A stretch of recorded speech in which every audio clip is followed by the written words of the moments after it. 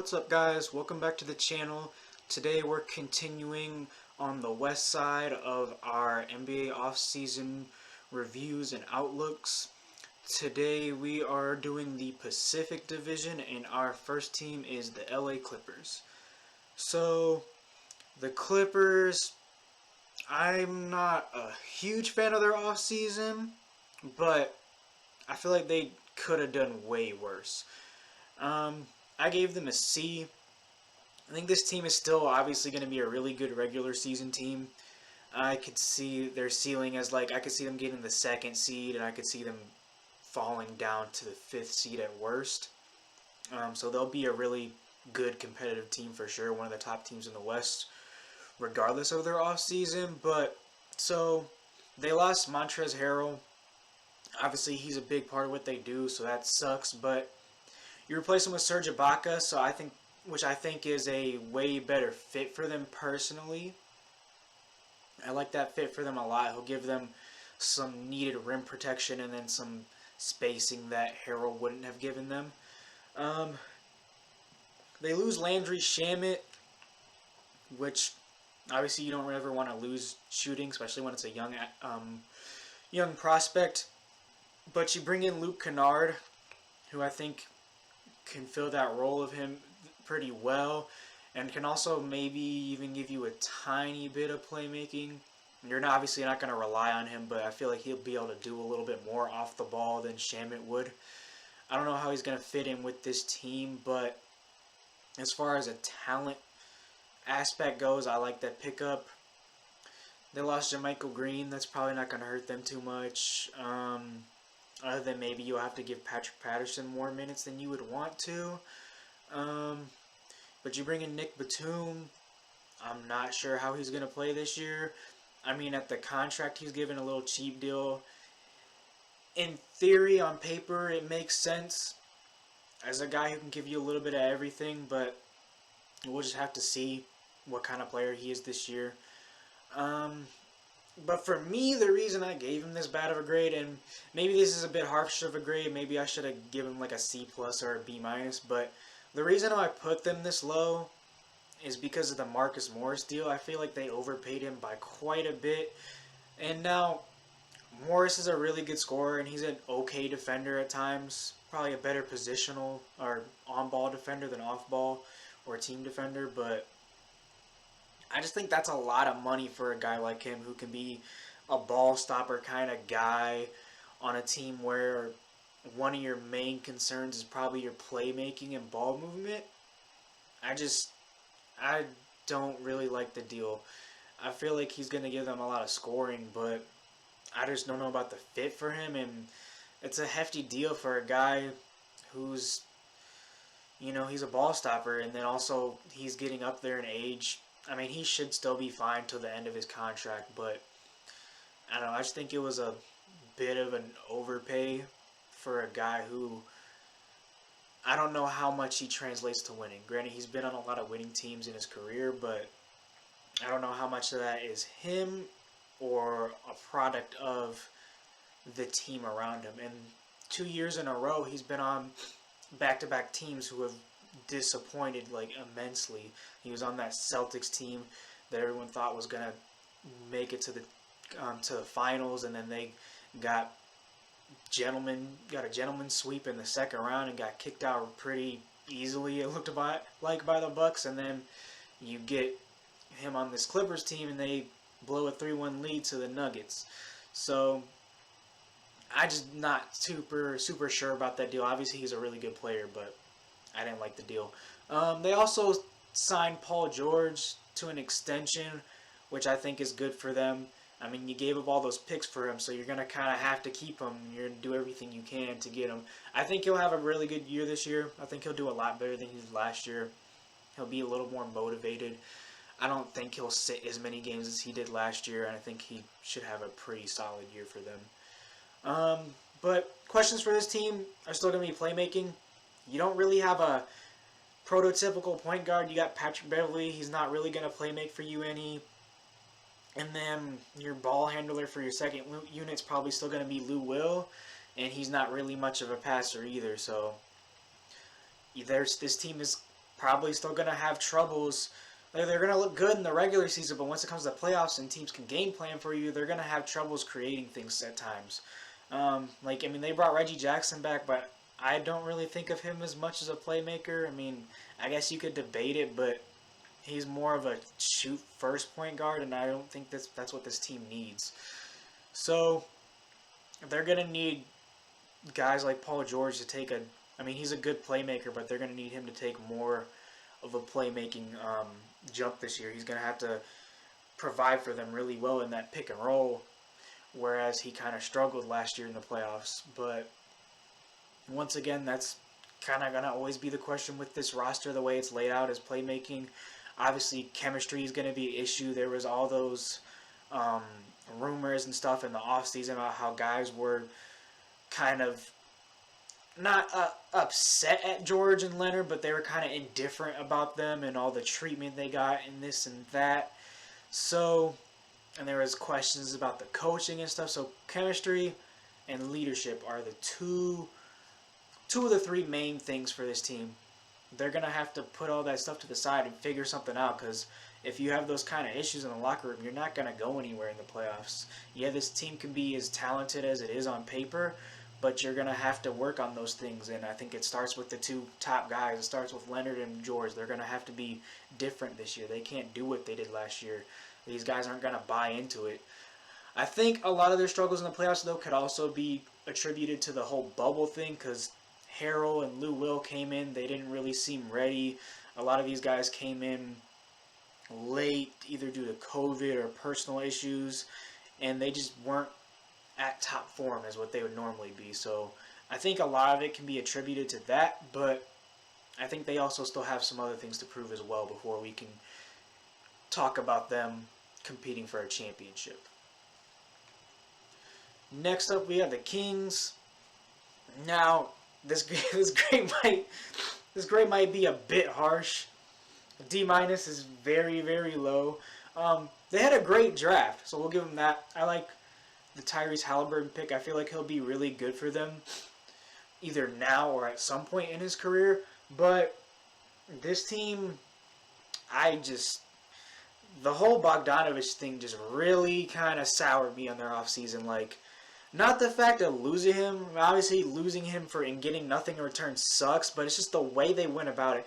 Like, you signed and traded him, and you didn't even tell him about it. Like, that's just something that this Kings front office just keeps on doing. Just all these things that, like, a front office should never do, they just happen somehow. And I just don't understand how, as a front office, you keep letting these things happen. So, like, the D- grade is more of, like, it's a bit of an overreaction. Like, overall, as far as roster-wise, you probably give them, like, a C- or something. But just the way their front office handles things is always just so perplexing to me. But Bogdanovich aside, obviously you lose him. That's quite a bit of talent to lose for nothing. But, I mean, you kind of had him and Hield there. One of them has to go at some point, right? So you lose Harry Giles. Obviously, he didn't do too much for you, but I think he is a talented player nonetheless. And I think his underperformance is more so of him not given the opportunity to shine. Losing Bazemore and Len, that's not really too much. That's not going to hurt you. You bring in Hassan Whiteside. I guess this could be a good sign. He could perform well for them, but me personally, I've never really been super high on Hassan Whiteside. Obviously, skill-wise, he's a really good player, but I just think his overall impact on the floor isn't what it should be for the talent that he has. A lot of times he just looks lethargic out there, and I feel like his defense is a little overrated just because of the stats he puts up. And I don't think the stats really accurately show how good of a defender he is, but I feel like if he were to give his full effort to a team, he could be a really good player, and this would be a good signing. But also, you have to take in consideration, this team has a lot of bigs. So if your biggest free agent signing is a big, I just don't know. I mean, granted, some of their bigs have injury problems like Bagley, but like, you would think you would want to kind of clear that room for Bagley to grow. Obviously, he's more of a power forward, but I feel like you could try to put him at center and see what he does. But I mean, you have him, you have Rashawn Holmes who's gonna want minutes, you have Bielitsa's want to get minutes. Like, I just I just don't get why they keep stocking up on bigs. This is 2 off seasons in a row. Now, while they signed Kaminsky, they recently cut him. I think it was yesterday, so I guess we can't really add that into them grabbing a bunch of bigs. But I still don't really like their offseason other than their draft. Questions for them is that big man logjam is it seems like they've had for a while now. So what are they going to do about that? Are all these guys going to get minutes? Are you going to be able to keep them happy? Are you going to move someone? Maybe in a Buddy Hield type deal because there's still rumors about him being traded. Another question for them is Marvin Bagley's health. Obviously, he has high upside, but he just can't seem to stay on the floor. And like when he is out there, he plays really well. So you just kind of got to hope that he can actually stay healthy this year and give you some output. They gave De'Aaron Fox the max extension, which I think was a good decision for a team who struggles to keep talent. I don't know what De'Aaron Fox's ceiling is, so that'll be another question. I like De'Aaron Fox a lot as a player. He's probably one of my favorite point guards in the league, but I don't know what his potential is. Obviously, I think he can at least, at the very least, get to an all-star type of player, but I don't know how much further above he can go that unless he improves his shooting. So you'll have to see what he kind of does in that aspect of his game this year. But regardless, I think it was a good decision. He's a very young point guard, fits the core of your team timeline-wise, so you want to keep him for the long haul if you can. Next up, we got the Lakers. Lakers, I gave an A+. I feel like they had a textbook offseason for a team that's coming off of a championship. I don't think you could have done this offseason any better than what they did. I got their ceiling as a first seed. Their floor is a third seed. I don't see them falling below the first seed. I'm pretty sure they're kind of going to be a lock for the first seed given the depth that they added. And then just obviously the talent of LeBron and AD. I don't know how... I'm guessing they're going to rest them a little bit this year, but they should have the talent around them now to withstand that. So you lose Danny Green, Avery Bradley, Rondo, JaVale, and Dwight, but you replace these guys in the best way you possibly could. You bring in Harrell and Gasol to replace JaVale and Dwight. I think these guys will be a better fit for this team, especially Gasol. I feel like Gasol's playmaking is going to be a very underrated aspect of this offseason for them. I feel like he's going to give them a lot at that top of the key that they didn't have previously with JaVale and Dwight, as they'll be more around the rim. And it'll just give them a different look. And then obviously Harrell can give you that presence around the rim to score as well. And he'll give you a lot of offensive rebounding. And he'll give you a little more versatility. He can handle the ball a little bit as a big. And I just really like these two signings for them. And I feel like it's an upgrade for them as far as the bigs position goes. And it gives them a lot more to work with than JaVale and Dwight, who are kind of similar players. You bring in Dennis Schroeder to replace Rondo. Schroeder will give you more of a scoring punch. His playmaking obviously won't be on the level as Rondo, and defense is kind of arguable where that will be. But this pickup is great. Obviously, from overall talent-wise, he's better than Rondo. And then just gives you kind of a guy who can run things like whenever LeBron or AD is on the bench. I'm pretty sure they'll stagger them, but like let's say one of the guys is sitting, you got Schroeder who can come in and run your offense. And he can also give you some scoring as well as opposed to just playmaking aspects. So I like this pickup a lot. I know the guys on the team are really high about it, so I think this is a good pickup for them. And then you bring in Wesley Matthews to kind of make up for losing Danny Green and Avery Bradley. I don't think he's as good as Danny Green, but he'll still give you shooting and defense, which is basically what you want out of that position for them as a team in that role. So Wesley Matthews, while I don't think he's as good as Danny Green, he's not too much of a downgrade, and I think he'll fit in pretty well with this team and give them some shooting that they need. Questions with this team? I don't have very many. One will be fatigue. I mean, they just finished up playing not too long ago. Obviously, you can throw this question at the Heat as well, but I think this team, given that their best player is an older player in LeBron, I feel like it's more of a valid question for them, but I don't think they'll have too much trouble with that. I think they'll rest LeBron a little bit in the regular season and maybe even Anthony Davis to an extent, and I think they'll be fine. Most of these players on this team probably won't be too troubled by fatigue, as some of the older guys like Gasol, he has probably had a decent amount of rest in the offseason, and I think they'll be fine with that. Shooting, obviously, is a question with them. I feel like they are going to struggle in the regular season shooting-wise again, but they'll be a little more suited because Gasol is going to space the floor a little bit. Schroeder will give you some shooting, so I think they'll be a little better off there. And as you saw in the playoffs, guys stepped up. Like guys like KCP, Caruso, and them stepped up as far as shooting goes and offensive performance. So I think they'll figure out a way to deal with it, and they'll figure out a way to improve on it as things go along through the season. I think this team is by far the favorite to win the championship again this year, and they're my pick for sure. But they had a great offseason, which is kind of hard to do when you repeat, but they made do with what little cap room and whatnot that they had, and had a great offseason. Next up, we got the Phoenix Suns. Now the Suns, I like their offseason a lot, but it is going to depend on this season for a lot. Like, they're going to have to perform really well for this offseason to pay off. Now, I give them a B+. I have their ceiling at around like a 6th seed and a floor around a 10th seed. I think they'll be more on like a 7th seed would be my guess for this team. They'll be really competitive, but they won't be as good as the top teams in the West. So obviously, you add Chris Paul.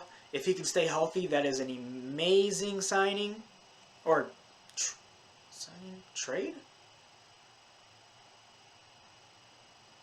Regardless, I'm blanking on that in the moment. I know what it is, but I'm blanking. But that's a great addition to this team.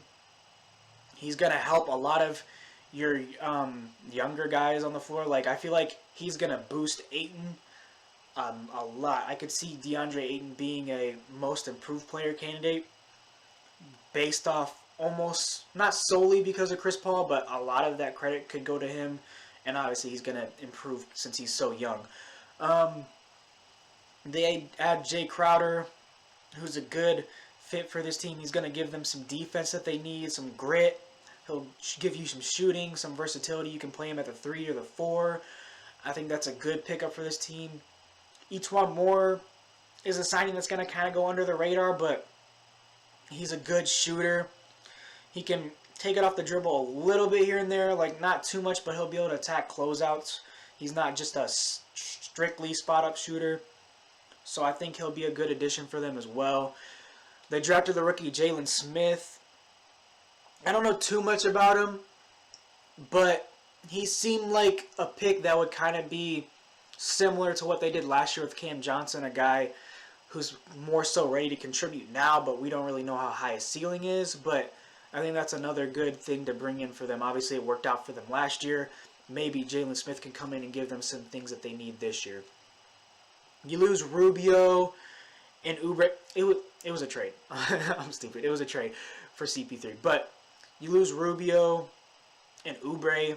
But, I mean, you replace them pretty well. I mean, Crowder's obviously not going to replace Oubre's output. But given guys like Mikal Bridges and Cam Johnson, how they played in the bubble, I think you're fine with losing Oubre. And the way they played in the bubble, I think you're not really worried about that too much.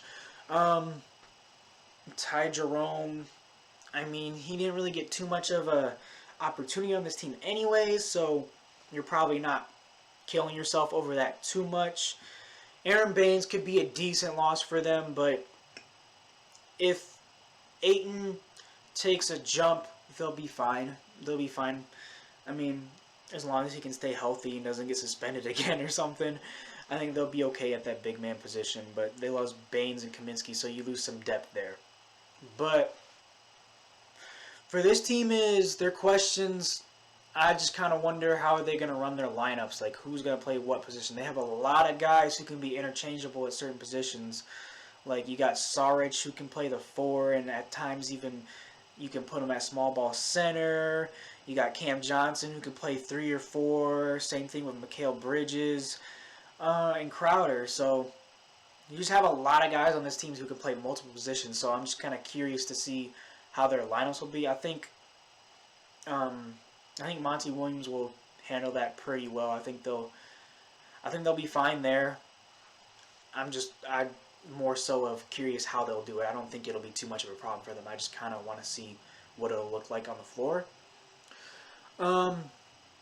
CP3, his age is obviously always going to be a question. I mean, he's aging wonderfully, so I don't think it'll be a big deal. The thing I'm concerned about him is his health. He was really healthy last year, played a good amount of games, didn't really get hurt. So hopefully that's a sign of things to come, and he'll be pretty healthy for the Suns this year and play a lot of games for them. But obviously with his age and injury history, you still got to worry about that somewhat. Another thing for them is, what is their ceiling going to be? I have them at a 6 seed, but I could see them, falling. I could see them not being as good as what I think they'll be. And there's even a chance for them to be even better than that, given how they played in the bubble. Like, if that was for real, if that's more so the team they're going to be, and then you add CP3 into the mix, and Crowder, and, they could even be better than that, possibly.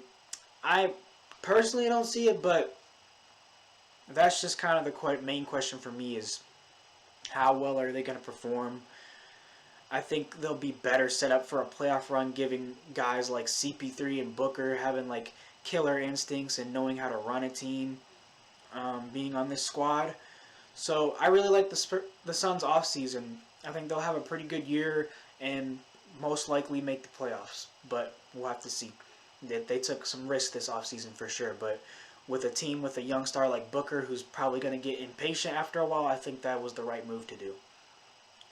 Lastly, we got the Golden State Warriors. So this is a team I am very unsure about. I like their offseason for sure. They didn't lose too much. You bring in Kelly Oubre, who I think will have a really good year for them. You draft James Wiseman. I think that's probably the best pick for this team for what they were.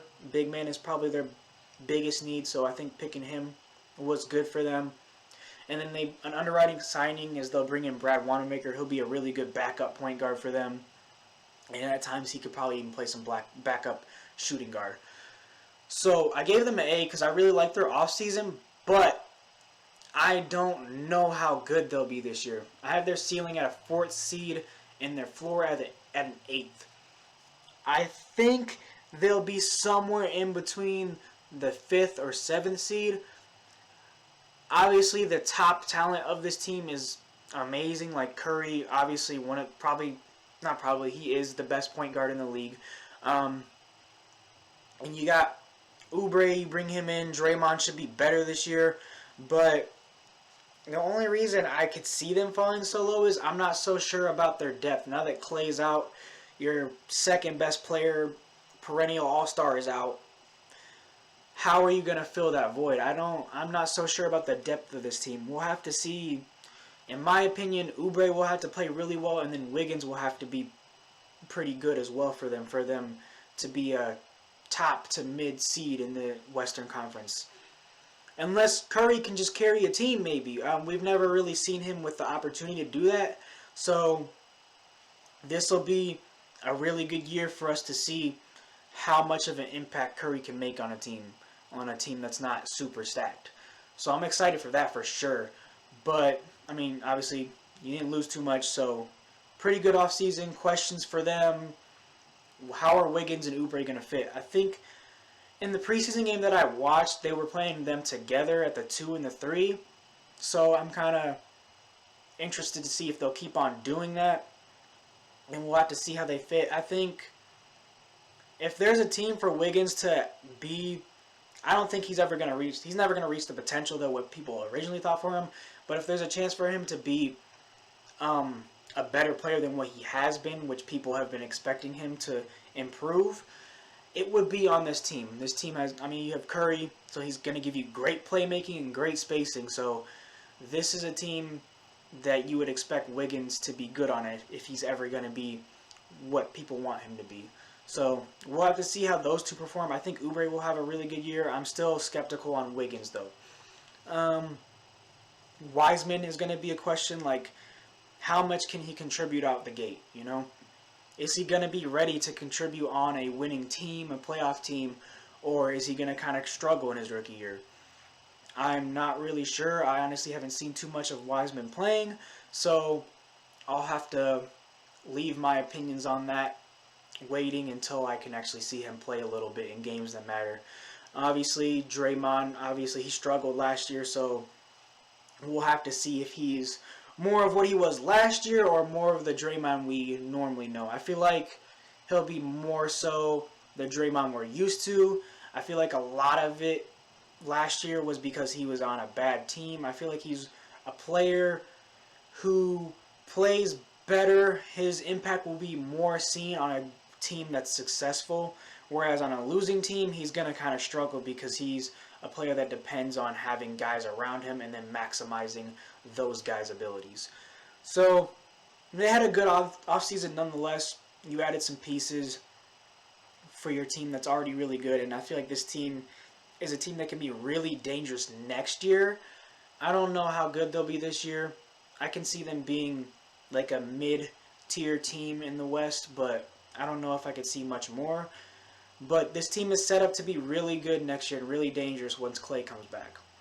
But they still should be a pretty good playoff team this year, hopefully. So that's going to kind of do it for the Pacific Division. As always, if you guys enjoy, be sure to like, comment, and subscribe if you want. It's much appreciated. Tomorrow we're going to finish up the West, finish up right before the regular season starts. I hope you guys had a great day, and that's going to be it for me. So peace.